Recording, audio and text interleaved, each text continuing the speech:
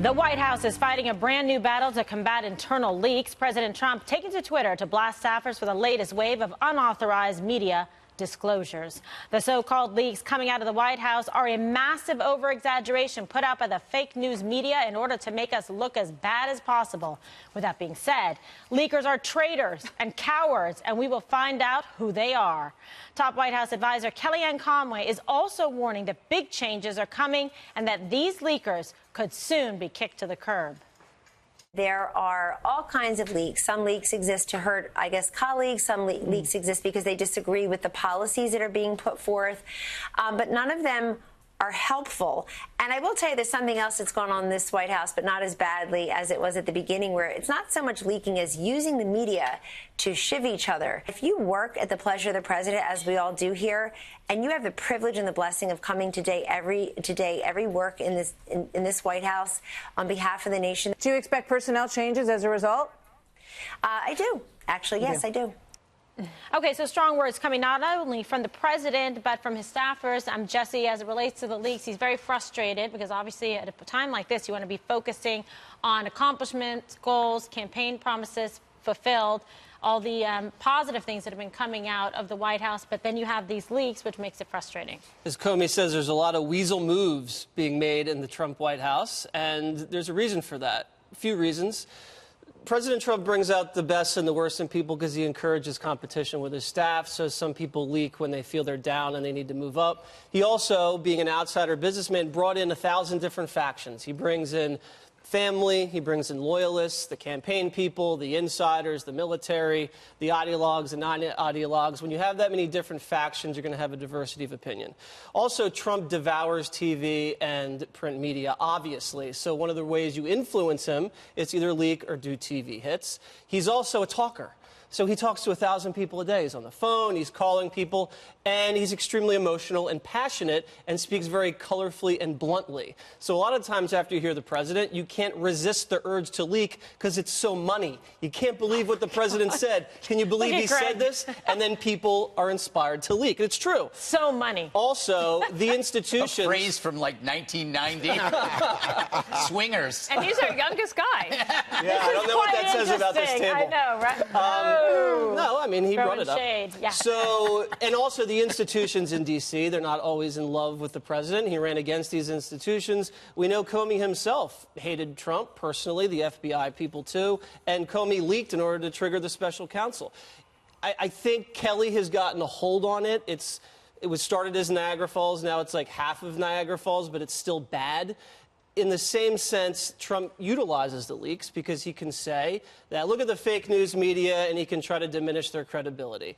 At the same time, there is fake news. There's legit leaks, but there is fake news because you have these sources that are unnamed, unverified, unsubstantiated, coming from third-rate players that have access to grinds, and they feed the press, and the press spins it negative. The Obama White House, you never had this problem. No one leaked, because they were on the same side as the press. So everything that came out of the Obama White House was spin, and it was spun positively for Obama. All right, well, there you go, a waterlog for you.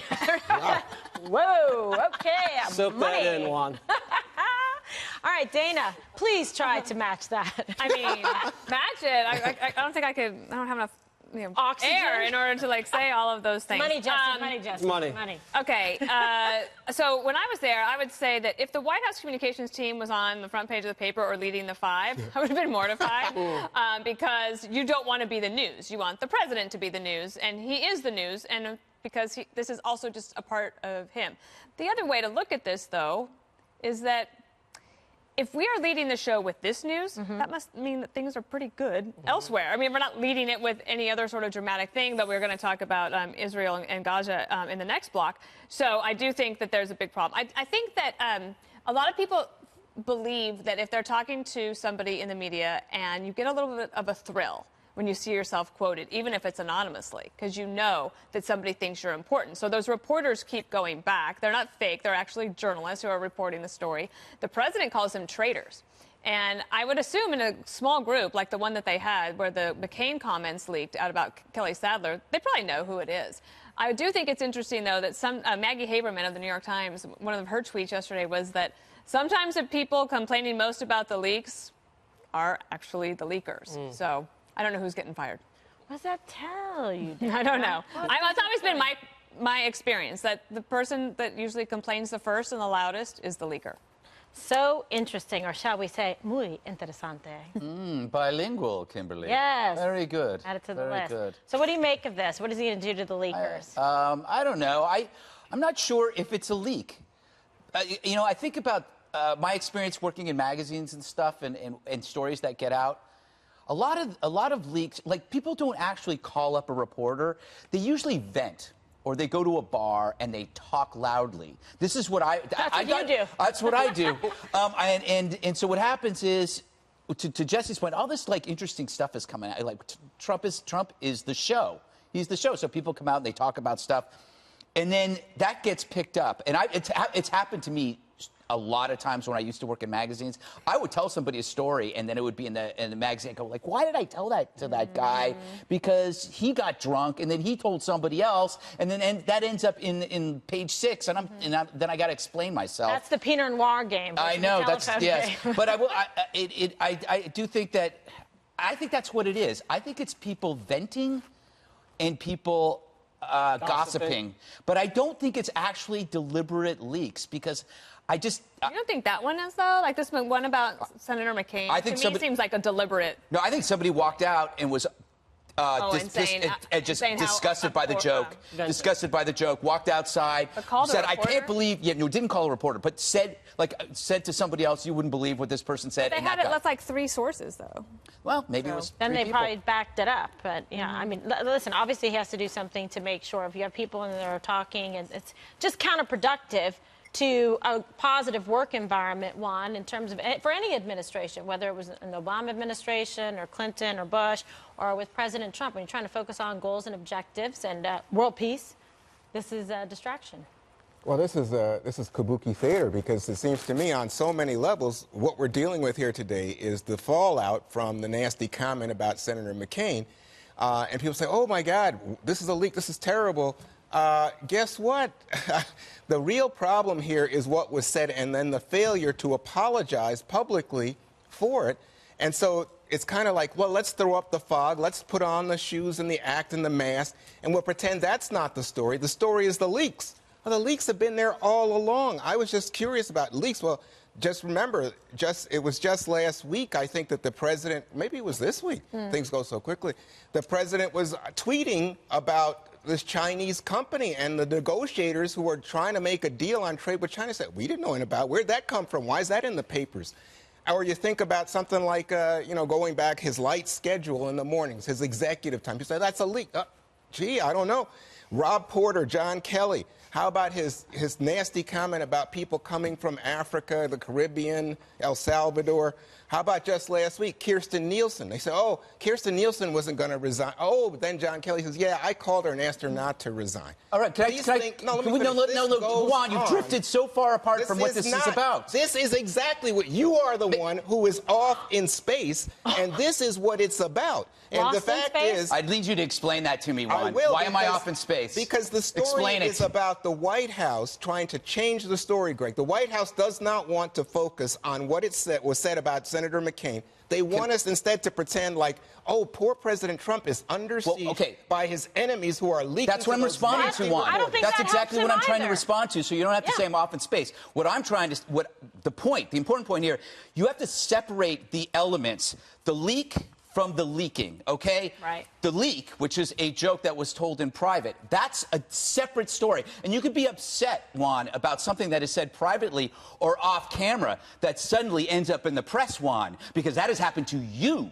and it has happened to me, and it has happened to a lot of people when you say something, and all of a sudden it becomes a big story because somebody leaked it. So the point of this story isn't about the item itself, which is the joke. It is about how something private becomes a public story.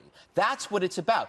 That's what this segment's about. That's what he's upset about. The president is upset that he can't seek private counsel or have a private conversation without people leaking it. Anyone would be frustrated with that. That's the point of this whole segment. They're saying they're drawing the line on this. General Kelly took people's phones away. I don't know what they're doing, hand signals, whatever. Point is, stuff is getting out, and that's counterproductive. One of the real dangers, too, is that it does run the risk of chilling conversation. Yeah. That's the point. So that if you go into a meeting, you're in the Roosevelt room, and you need to kick around ideas for policy time, you don't want to be the one who says, like, I'm afraid to say something in this meeting. Like, and obviously, I'm not going to make a comment like that about Senator McCain.